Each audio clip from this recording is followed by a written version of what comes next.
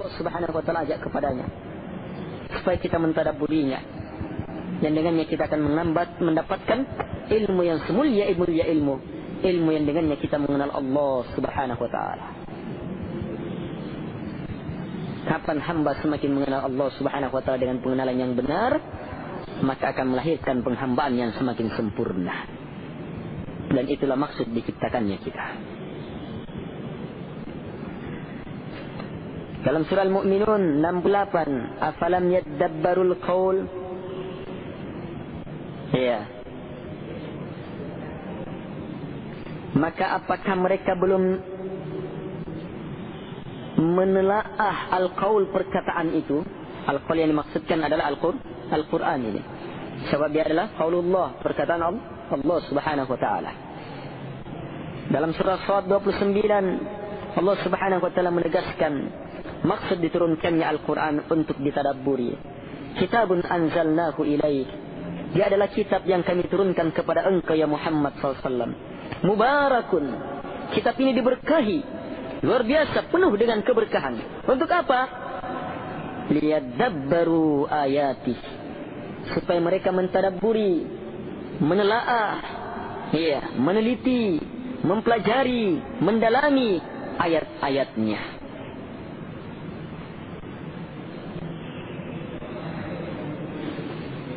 Seluruhnya ini memberikan keterangan bahwa mentadabburi ayat-ayat Al-Quran sangat dianjurkan, sebab hanya dengan itulah kita akan sampai kepada puncak kemuliaan dalam melakukan pengenalan kepada Allah Subhanahu wa taala.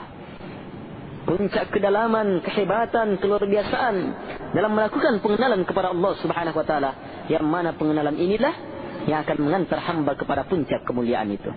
Mustahil yang tidak belajar bisa sampai ke puncak ini. Tunggu wansip.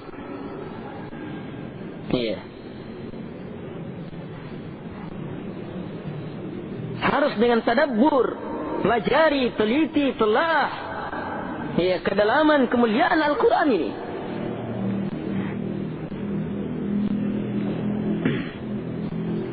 Baik. Wa huwa katsirun aidha, dan yang ini juga sangat banyak. Baik. Setelah beliau uraikan dua jalan ini dan beliau sebutkan adanya dua metode ini di dalam Al-Quran dengan pendalilannya, beliau arahkan lebih jauh lagi bagaimana menggunakan ayat-ayat yang terlihat itu untuk dengannya kita bisa mengenal Allah Subhanahu wa taala. Oh, begini ya, kalau begitu Allah Maha Baik. Oh, begini kalau begitu Allah Subhanahu wa taala Maha Adil. Dengan melihat itu. Baik. Lihat keterangan beliau lebih jauh. Ammal maf'ulatu fa innaha dalatun al wal af'al dalatun ala sifati. Fa innal maf'ula yadullu ala fa'ili fi'lihi. Wa dhalika yastalzimu wujudahu wa qudratahu wa masyiatahu wa ilmahu. لاستحالة صدور الفعل الاختياري من معدوم أو موجود لا قدرة له ولا حياة ولا علم ولا إرادة. Ini metode pendalilan umum. Adapun maf'ulat, apa yang diperbuat, hasil dari yang dibuat itu. Maf'ulat kalau kita katakan objek ya.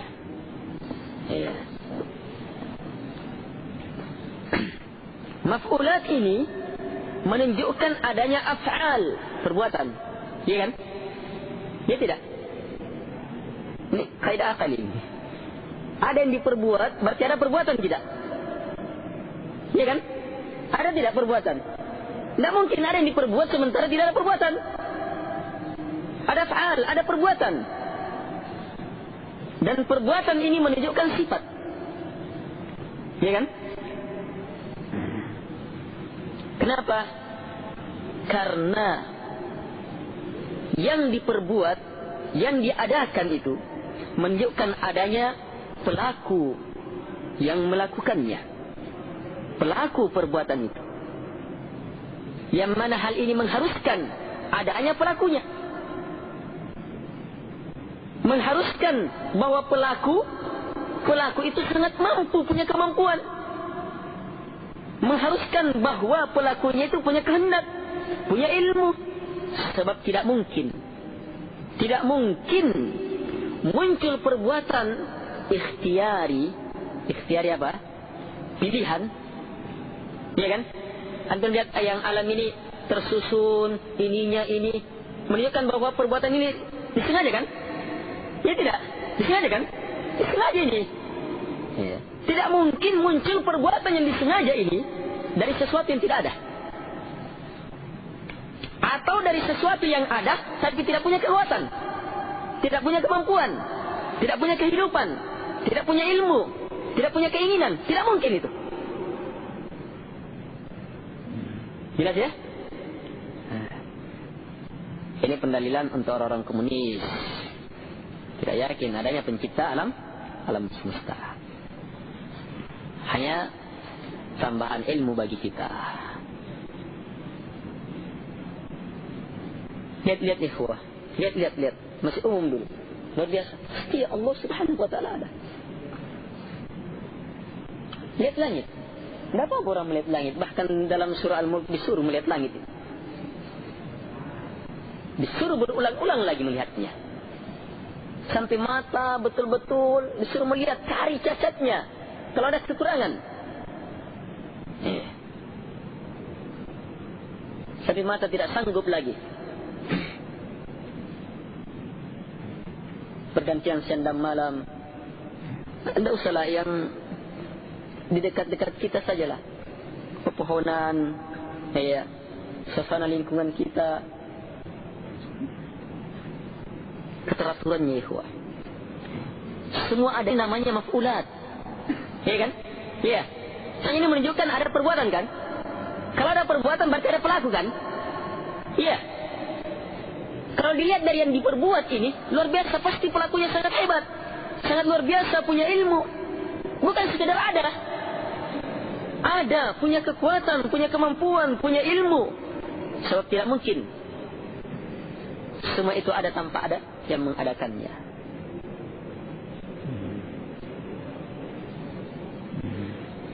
Ini umum.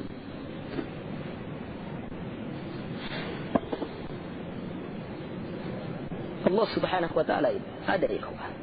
Harus keyakinan. Ya kita sudah yakin. Orang kafir juga banyak yakin kalau masalah ini. Kalau adanya Allah subhanahu wa ta'ala, orang kafir yakin juga.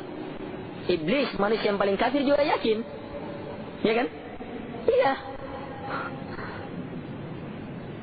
Sekedar adanya. Hanya sekarang bagaimana berdalil dengan yang ada ini. Menunjukkan adanya Allah subhanahu wa ta'ala. Baik, lebih jauh lagi. ثم ما في المفعولات من التخصيصات المتنوعة دال على إرادة الفاعل وأن فعله ليس بالطبع بحيث يكون واحدا غير متكرر. Kemudian kalau kita melihat dari maf'ulat ini, dari yang diadakan ini, kita lihat at-takhsisat al-mutanawwi'ah, pengkhususan yang beraneka ragam. Ya maksudnya, ya antum diciptakan dengan maksud ini, atau tidak usah lebih meluas lagi, tangan antum jadi antum untuk ini ya, kukunya untuk ini, kulit yang begini untuk ini, iya, telinganya untuk ini, bagian telinga lainnya seluruhnya ada fungsinya kan? Ini secara lebih rinci lagi. Hewan untuk ini, hewan yang ini untuk ini, iya, hewan yang seperti ini begini, proses berkembang biaknya, makan minumnya begini, hewan yang ini lain lagi. Ini takhsisat, pengkhususan yang beraneka ragam ini. Ini menunjukkan apa? Bahwa yang mengadakan itu punya keinginan kan? Iya, punya keinginan. Dan bahwa perbuatannya dia mewujudkan yang beraneka ragam itu bukan terjadi secara langsung spontan saja seperti itu, tapi berulang-ulang. Iya, Yang menunjukkan bahwa menunjukkan bahwa Allah Subhanahu wa taala punya keinginan, dan keinginan Allah Subhanahu wa taala yang berulang. Sebab yang ada juga berulang-ulang kan? Iya. Sebelumnya Allah Subhanahu wa taala belum menginginkan ada masjid ini. Ya kan? Tidak ada dulu kan? Setelah kemudian Allah Subhanahu wa taala inginkan jadi. Sebelumnya tidak ada ini, kemudian Allah inginkan. Sebelumnya tidak ada, kemudian Allah inginkan. Berarti keinginan Allah Subhanahu wa taala berulang.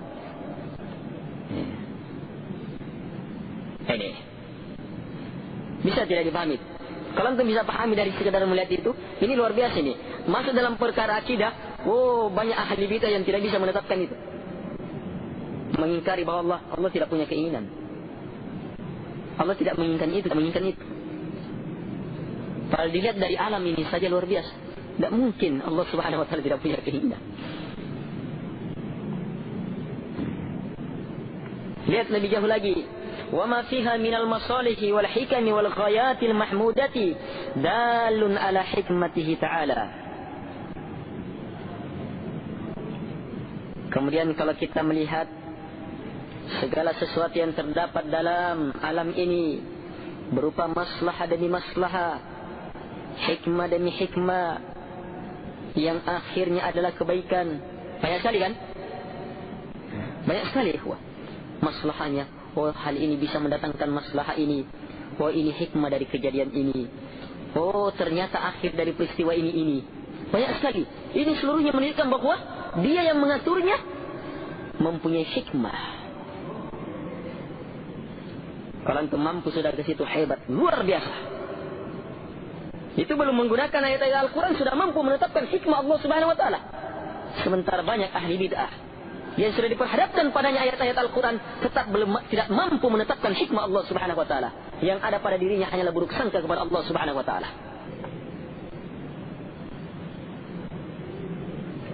Wa ma fiha minan naf'i wal ihsani wal khair dalun ala rahmatihi. Dan kalau kita lihat apa yang terdapat di alam ini berupa manfaat, ihsan, pemberian kebaikan, dan khair, kebaikan itu manfaat demi manfaat, pemberian kebaikan demi kebaikan, kebaikan yang beraneka ragam. Banyak sekali tidak? Bisa dilihat tidak itu? Iya. Dari apa yang Allah adakan ini bisa dilihat tidak semuanya itu? Hah? Bisa? Saya tanya ikhwan, bisa tidak dilihat? Semuanya itu menunjukkan bahwa Allah Subhanahu wa taala mempunyai rahmat yang sangat luas. Allah punya sifat rahmat, merahmati.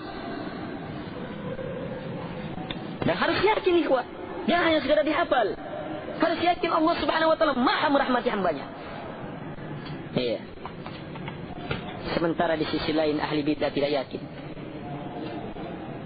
Iya. Mereka tidak mampu menetapkan bahwa Allah Subhanahu wa taala punya sifat rahmat. Ya, palingan mereka hanya mampu menetapkan Allah punya keinginan, sekedar keinginan. Adapun kalau dikatakan merahmati, tidak, keinginan saja.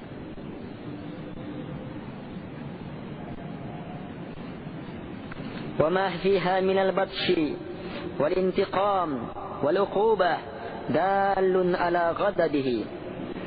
Dan segala sesuatu yang terdapat dalam makhluk ini berupa al-batash, kemarahan, intiqam, pembalasan, uqubah, siksaan. Ya kan? Ada orang yang melakukan ini, kena ganjaran ini.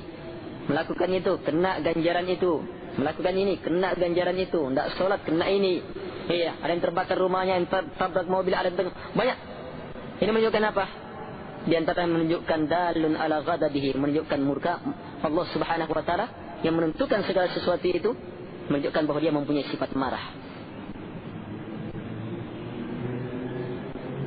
Ini luar biasa. Metodenya yang beliau paparkan di sini menetapkan sifat-sifat Allah Subhanahu wa taala dari apa yang terlihat, ayat-ayat masyhudah. Sementara di sisi lain, ya, ahli bid'ah menafikan bahwa Allah Subhanahu wa taala mempunyai sifat marah.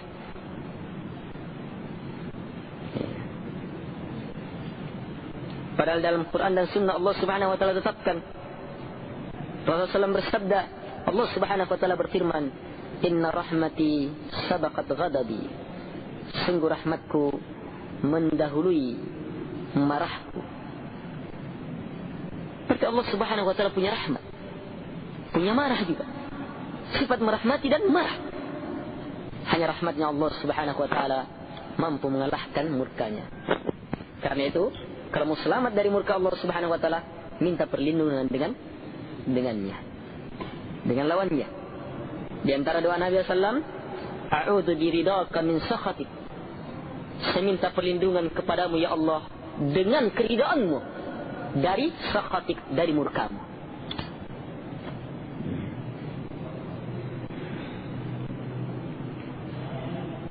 Wa ma fiha min al-ikrami wat taqribi wal inayati dalun ala mahabbatihi. Dan segala yang terjadi di alam ini berupa ikram, ada yang dimuliakan, ada yang didekatkan, ada yang diperhatikan. Itu menunjukkan apa? Bahwa Allah Subhanahu wa taala mempunyai sifat cinta hamba-Nya. Makanya ada yang dilebihkan.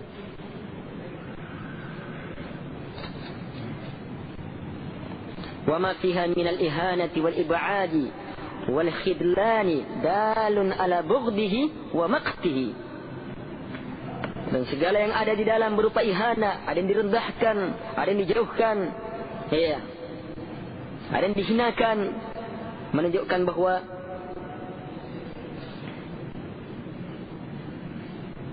Allah Subhanahu wa taala mempunyai sifat benci, marah. Wa ma fiha min ibtida'i syai'i fi ghayati an-naqsi wad-da'fi thumma sawqihi ila tamamihi wa nihayatihi dalun ala wuqudil ma'ad. Dan segala sesuatu yang ada di alam ini berupa munculnya, ya, bermulanya sesuatu yang mana semuanya bermula dari apa? Dalam keadaan sangat lemah, ya, penuh kekurangan. Kemudian Allah Subhanahu wa taala terus tuntun, arahkan sampai kepada puncaknya. Setelah itu berakhir kan? Iya. Ini menunjukkan terjadinya hari berbangkit. Sampai perkara hari berbangkit ditentukan dengan itu.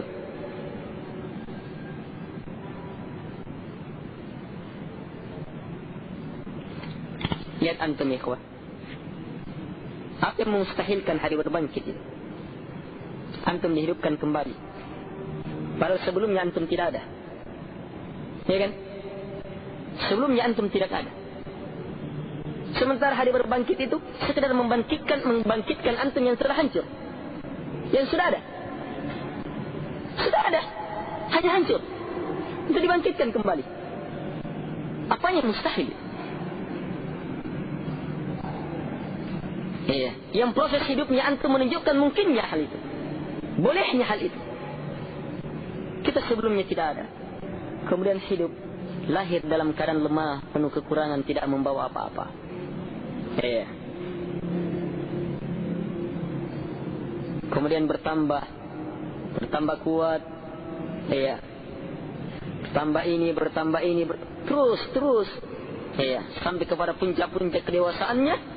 Iya. Puncak kegagahannya, puncak kekuatannya, puncak yang lainnya. Iya. Itu berkurang. Tidak akan terus-menerus seperti itu. Akan melemah, berkurang.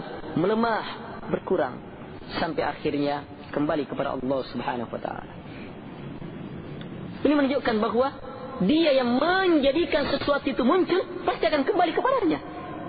Sebab tidak ada yang terus-menerus. Pasti akan kembali kepada Sang Penciptanya, menunjukkan bahwa pasti akan kembali kepada Penciptanya. Lihat bulan ketika muncul gimana? Hilal itu garis, iya, yang kalau orang tidak pasang betul matanya karena tidak terlihat. Iya.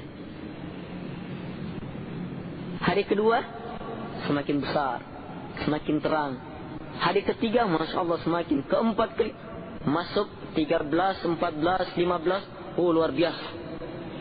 Semakin terang, indah. Tapi setelah itu bertahan.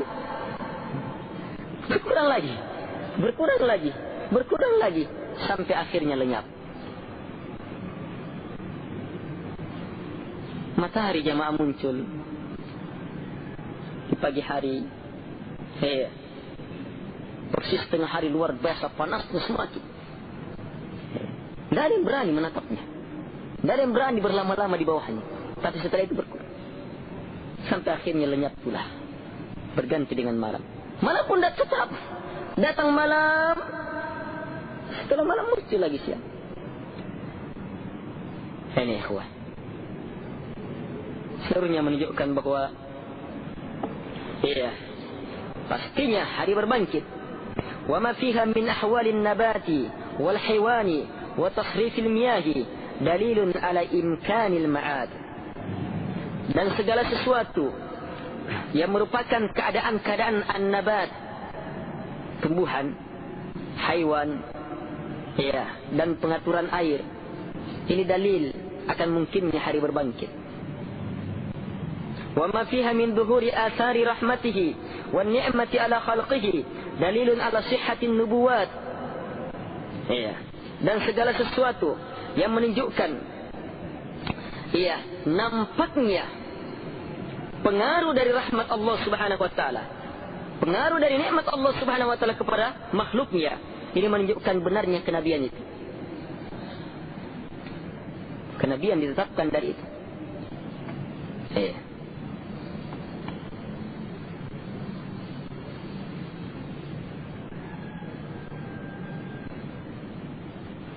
Ya Allah alam maksudnya, sebab apa yang dibawa oleh Nabi dan Rasul Allah Subhanahu wa taala itu dipersaksikan oleh kenyataan.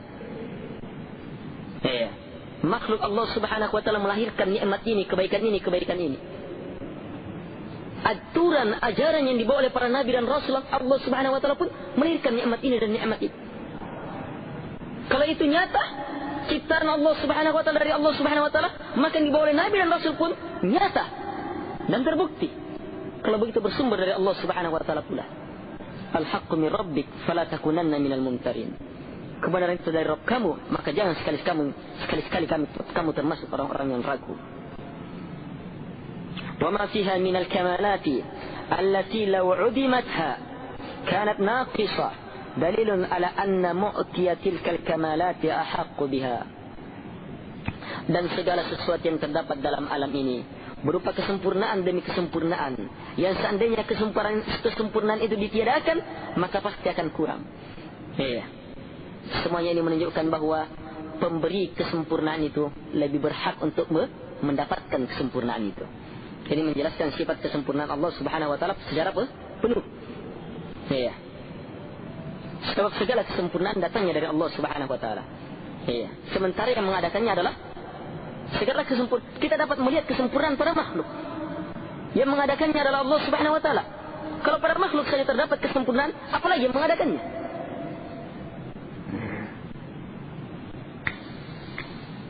Jadi kata beliau, famaf'ulatuhu min adalli syai'in ala sifatihi wa sidqi ma akhbarat bihi rusuluhu anhu. Jadi apa yang Allah Subhanahu wa taala ciptakan itu merupakan suatu dalil yang merupakan dalil yang sangat hebat terhadap sifat-sifat Allah Subhanahu wa taala dan sekaligus terhadap benarnya, jujurnya perkara-perkara yang dikhabarkan oleh Rasul-Rasul Allah Subhanahu wa taala dari Allah Subhanahu wa taala. Kemudian itu kaidah ya. Jadi makhluk menunjukkan hal itu. Dia dalil akan sifat Allah dan dalil akan benarnya apa yang dibawa oleh Nabi dan Rasul Allah Subhanahu wa taala.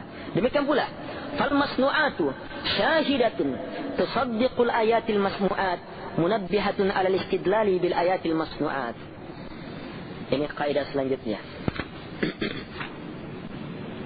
Al-masnu'at, semua yang diadakan ini dia akan menjadi saksi, dia akan membenarkan ayat-ayat masnu'at. Ayat-ayat masnu'at yang dimaksud apa? Al-Quran. Wahyu Allah Subhanahu wa ta'ala. Jadi tidak bertentangan. Tapi kalau orang mempertentangkannya, berarti apa? Dia berdalil dengan alam untuk membantah kandungan Quran. Sementara kaidah kita apa? alam itu, yang diciptakan itu, pasti menjadi saksi, membenarkan ayat-ayat masmu'at. Yang mana yang salah? Yang salah pikirannya orang yang berdalil itu. Salah dalam pendalilannya. Iya. Demikian pula ayat-ayat yang diciptakan ini munabbihatun. Dia mengingatkan bagaimana berdalil terhadap. Iya. Bagaimana berdalil terhadap ayat-ayat yang diciptakan ini. Baik. Lihat keterangan akan hal ini. Allah Subhanahu wa taala berfirman dalam surah Fussilat ayat 53. Sanurihim ayatina fil afaqi wa fi anfusihim hatta yatabayyana lahum annahu al-haq. Ay anna al-Qur'ana haqqun. Fa akhbara annahu la budda ay yuriyahum min ayatihi al-mashhudati ma yubayyinu lahum anna ayatihi al-matluwata haqqun. ثم أخبر بكفاية شهادته على صحة خبره لما أقام من الدلائل والبراهين على صدق رسوله فآياته شاهدة بصدقه وهو شاهد بصدق رسوله بآياته فهو الشاهد والمشهود وهو الدليل والمدلول عليه فهو الدليل بنفسه كما قال بعض العارفين كيف أطلب الدليل على من هو دليل لي على كل شيء فأي دليل طلبته عليه فوجوده أظهر منه ولهذا قال الرسل لقومهم أفي الله شك فهو أعرف بكل معروف وأبين من كل دليل فالأشياء عرفت به في الحقيقة وإن كان عرف بها في النظر والاستدلال بأفعاله وأحكامه عليه. Ini istirahat dulu di sini. Sebab perlu tambahan pikiran lagi di sini. Allah Taala berfirman dalam surah Fussilat 53. Saunurihim ayatina fil afaq. Kami akan perlihatkan kepada mereka tanda-tanda kami. Fil afaq, di alam ini, di ufuk demi ufuk. Wa fi anfusihim, dan dalam diri-diri mereka. Jadi diperlihatkan di mana ini? Ayat-ayat Allah akan Allah perlihatkan di mana? Di mana? Fil afaq, dalam di ufuk-ufuk alam ini dan dalam diri-diri mereka. Maksudnya apa? Hatta yatabayyana lahum, sampai jelas bagi mereka annahul haq, bahwa dia hak. Maksudnya bahwa Al-Quran itu hak. Jadi Allah Subhanahu wa taala mengkhabarkan pasti dia akan memperlihatkan kepada makhluk ini ayat-ayatnya yang disaksikan ini, yang mana semua ini akan menjelaskan bahwa ayat yang dibaca ayat Al-Quran pasti benar. Ini pendalilan kaidah ini. Allah akan perlihatkan ini di setiap ufuk dan dalam diri-diri kalian, agar supaya kalian betul-betul yakin, jelas bahwa Al-Quran itu hak. Berarti sesuai dengan kaidah, ayat-ayat masyhudah akan menjadi saksi terhadap ayat yang matluwa, yang dibaca ayat-ayat Al-Quran.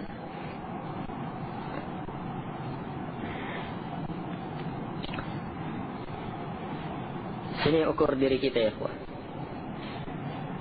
Antum di kampus Unhas itu banyak mempelajari ayat-ayat masyhudah. Iya. Bahkan metode pelajarannya sudah lebih dalam lagi. Iya. Bukan hanya dengan mata lagi, pakai mikroskop sudah. Iya. Lebih dalam sudah. Makhluk Allah Subhanahu wa taala, Allah antum teliti, pelajari, keluar kesimpulan ini. Dari kesimpulan ini keluar amalan ini. Dari amalan ini itu tumbuh maslahah. Iya. Tercipta mesin ini, tercipta metode ini, tercipta cara ini, tercipta rumus ini dan lain-lainnya. Yang mana dari semua itu muncul maslahah. Apakah dalam bidang pertanian, perindustrian, kedokteran, ini dan lain-lainnya. Iya. Terlalu bodoh orang yang sudah melihat ayat-ayat yang seperti ini tapi tidak mampu meyakini benarnya Al-Quran. Bodoh sekali. Sementara walaupun tidak didalami, cukup disaksikan saja, orang sudah bisa memperlihatkannya, menyatakannya. Apalagi kalau sudah lebih dalam lagi.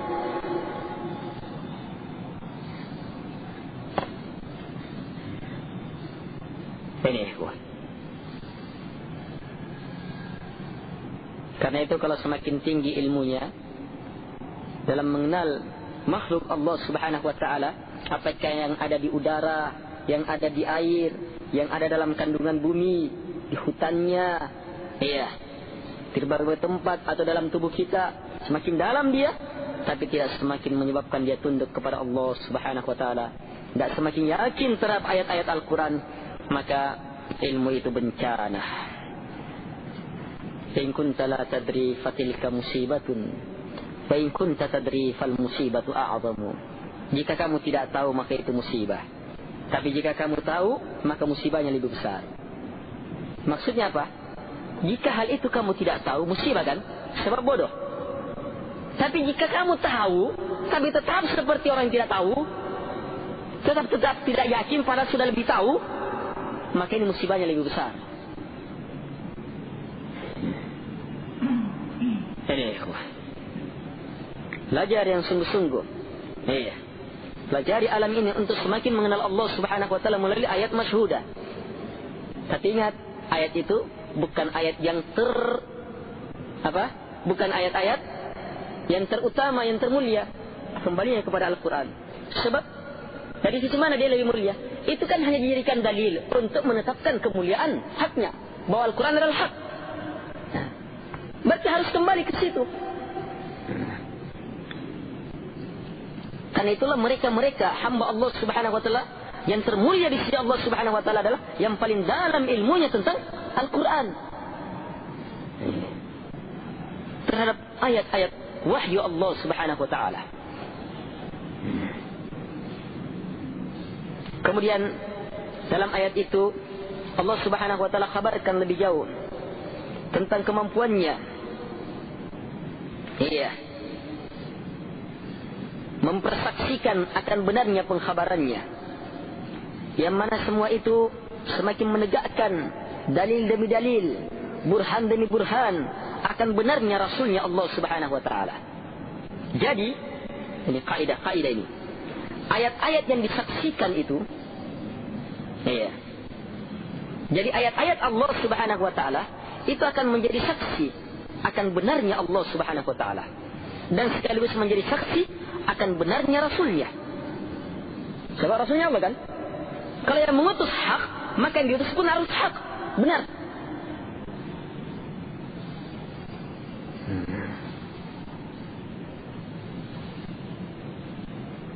Saya ulang. Jadi ayat-ayat, apakah ayat kauniyah atau ayat syar'iyah, ayat yang disaksikan atau ayat yang dibaca, seluruhnya itu menjadi saksi akan benarnya haknya Allah Subhanahu wa taala, dan sekaligus menjadi saksi akan benarnya haknya Rasulnya Allah Subhanahu wa taala. Jadi Allah Subhanahu wa taala adalah asy-syahid. Dia yang bersaksi dan dia pula yang dipersaksikan. Allah adalah dalil yang menuntun dan dia pula yang arah pendalilan kepadanya. Paham ini? Belum? Lihat lebih jauh. Fahuwa dalilu binafsihi. Allah Subhanahu wa taala menuntun dengan sendirinya. Maksudnya di sini, ikhwah,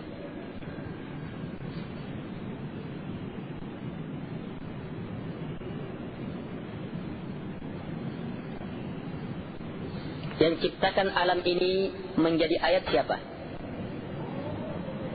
Allah kan? Yang turunkan Al-Quran menjadi ayat-ayat siapa? Allah Subhanahu wa taala. Kalau begitu, siapa yang menuntun kalau begitu? Siapa yang bersaksi? Allah Subhanahu wa taala.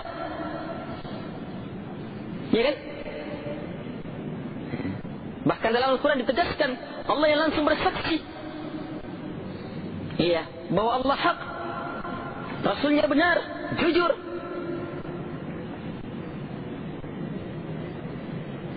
Jadi Allah yang langsung mempersaksikan bahwa dia ada, dia hak, punya nikmat, punya sifat ini, punya kemuliaan ini.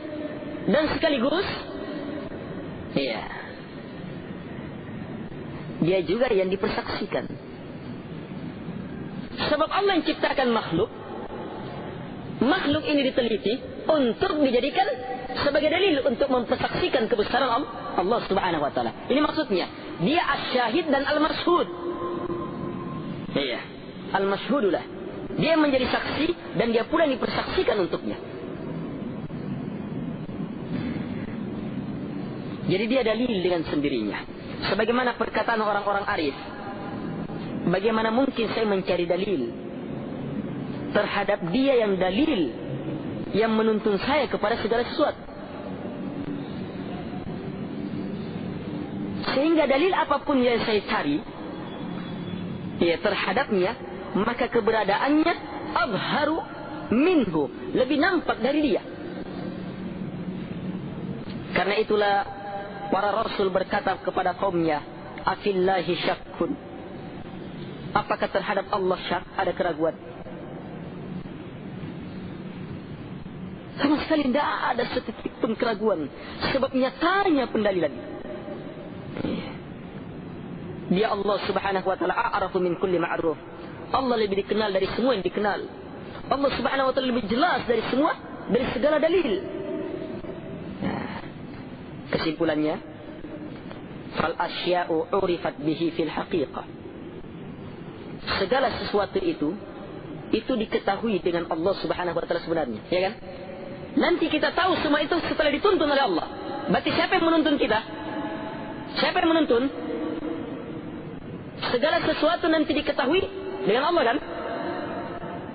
Berarti siapa yang menuntun? Allah subhanahu wa ta'ala menuntun kita. Kemudian bersamaan dengan itu, wa in kana urifa biha fi an-nadhari wal istidlal bi af'alihi wa ahkamihi alaihi. Walaupun Allah subhanahu wa ta'ala dikenal, dengan dalil-dalil itu, dalam bentuk pandangan, memperhatikan, berdalil dengan perbuatan dan hukum-hukumnya. Maksudnya, makhluk ini kita ketahui, atau yang ada dalam diri kita, semuanya ini kita bisa manfaatkan, kita ketahui. Siapa yang menuntun kita supaya bisa tahu? Allah subhanahu wa ta'ala. Berarti yang menjadi dalilnya kita. Dalil artinya penuntun. Siapa yang menuntun kita? Allah subhanahu wa ta'ala. Allah tuntun kita untuk apa? Untuk mengetahui hal ini. Yang mana hal itu kita gunakan untuk apa? Kita gunakan apa? Untuk apa hal ini? Untuk dijadikan dalil mengenal Allah, mengetahui kebesaran dan keagungan Allah subhanahu wa ta'ala. Jadi dia menuntun sebenarnya. Dia menuntut kita untuk mengetahui makhluk-makhluknya, ciptaannya. Yang mana dengan mengetahui itu, supaya kita kenal dia. Begitu.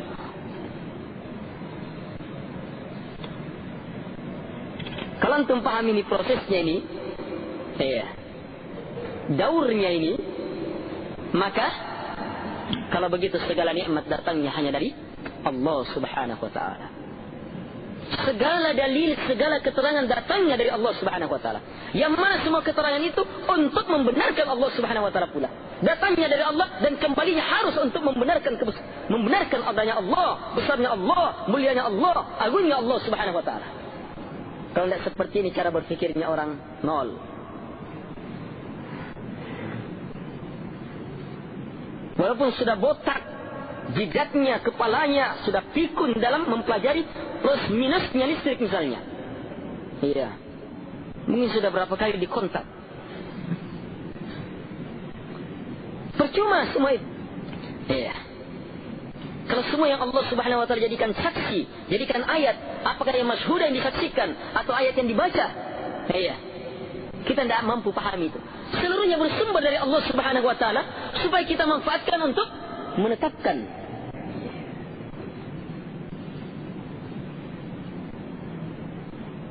Lihat lagi lebih jauh.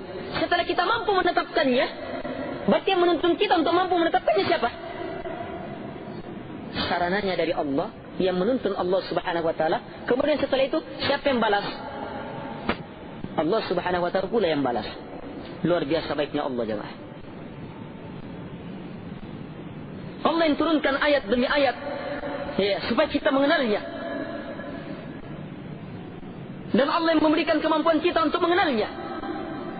Kita pun melakukan upaya pengenalan, melakukan penghambaan kepada Allah subhanahu wa ta'ala. Seluruhnya nikmat dari Allah, pemberian dari Allah subhanahu wa ta'ala. Setelah semuanya itu, Allah subhanahu wa ta'ala yang balas lagi.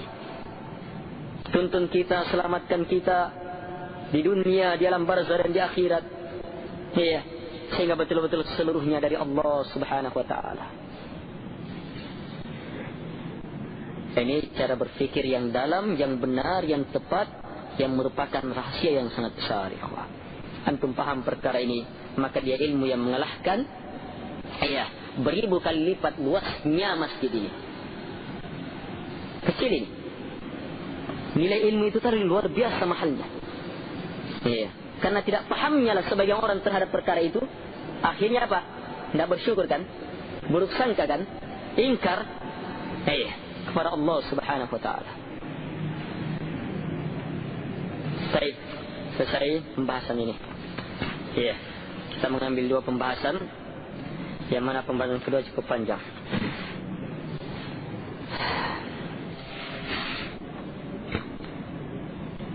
Tentang 2 jalan yang Allah Subhanahu wa taala paparkan di dalam Al-Quran. Allah Subhanahu wa taala ajak kepada seluruh hambanya untuk menempuh 2 jalan itu dalam rangka terwujudnya ilmu, pengenalan kepada Allah Subhanahu wa taala. Maka selanjutnya beliau berkata, wa min anwa'il ma'rifah ma'rifatur Rabb subhanahu bil jamal,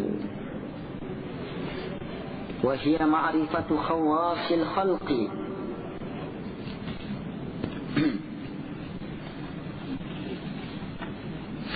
Baik, kata beliau rahimahullah ta'ala, dan termasuk jenis ilmu pengenalan kepada Allah Subhanahu wa taala yang termulia, yang teragung, yang paling tinggi adalah mengenal Rabb, mengenal Allah Subhanahu wa taala dengan sifat jamalnya, sifat keindahannya.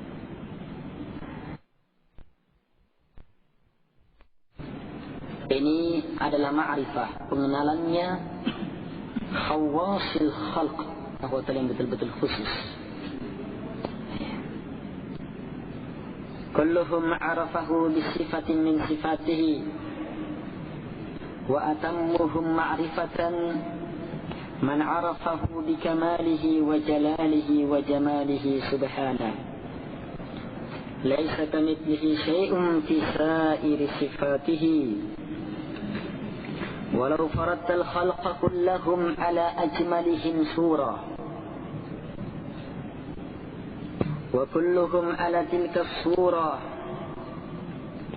wa nasabta jamalahum al-zahira wal-batina ila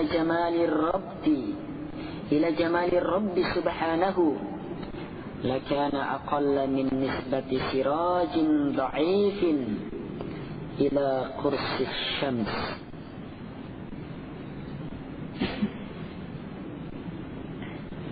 Jadi kata beliau, mengenal Allah Subhanahu wa taala dengan sifat keindahannya, ini adalah pengenalannya hamba-hamba Allah Subhanahu wa taala yang khusus. Ini kalau orang mau cari yang khusus ini. Orang-orang tarekat itu paling senang yang gini, tapi salah caranya.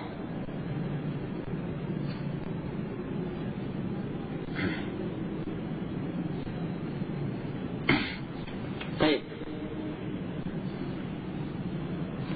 seluruh mereka, seluruh makhluk itu mengenal Allah Subhanahu wa taala dengan sifat dari sifat-sifatnya.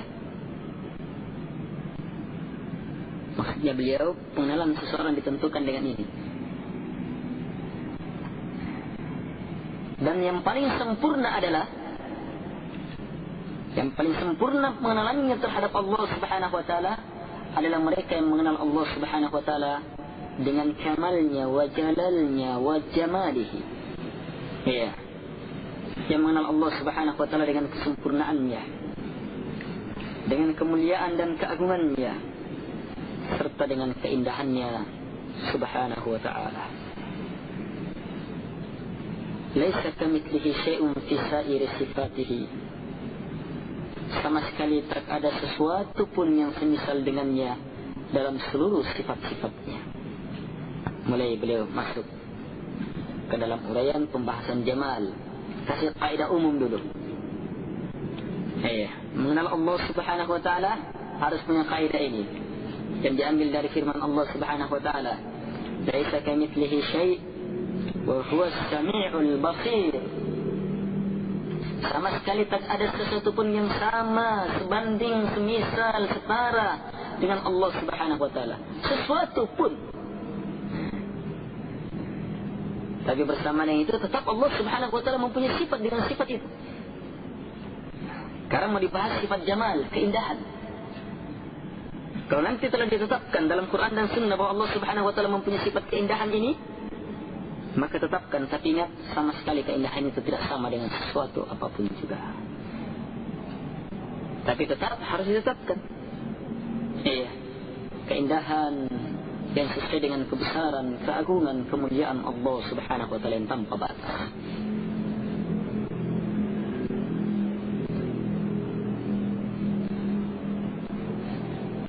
Kemudian kata beliau, walau faratta, anggaplah seandainya makhluk ini seluruhnya, seluruh makhluk berada di atas bentuk yang ajmalihim, bentuk yang seindah-indah bentuk, seindah-indah keadaan, seluruhnya berada di atas keadaan itu. Semua makhluk ini seluruhnya berada seindah-indah keadaan, bentuk. Kemudian kamu nasabta, ingin perbandingkan, nisbahkan keindahan mereka yang zahir dan batin itu kepada keindahannya Rabb Allah Subhanahu wa taala, maka pasti penisbahan ini lebih kecil, lebih rendah dari penisbahan lentera yang sangat redup. Nyala apinya lemah sekali nyalanya jika dibandingkan dengan Quds.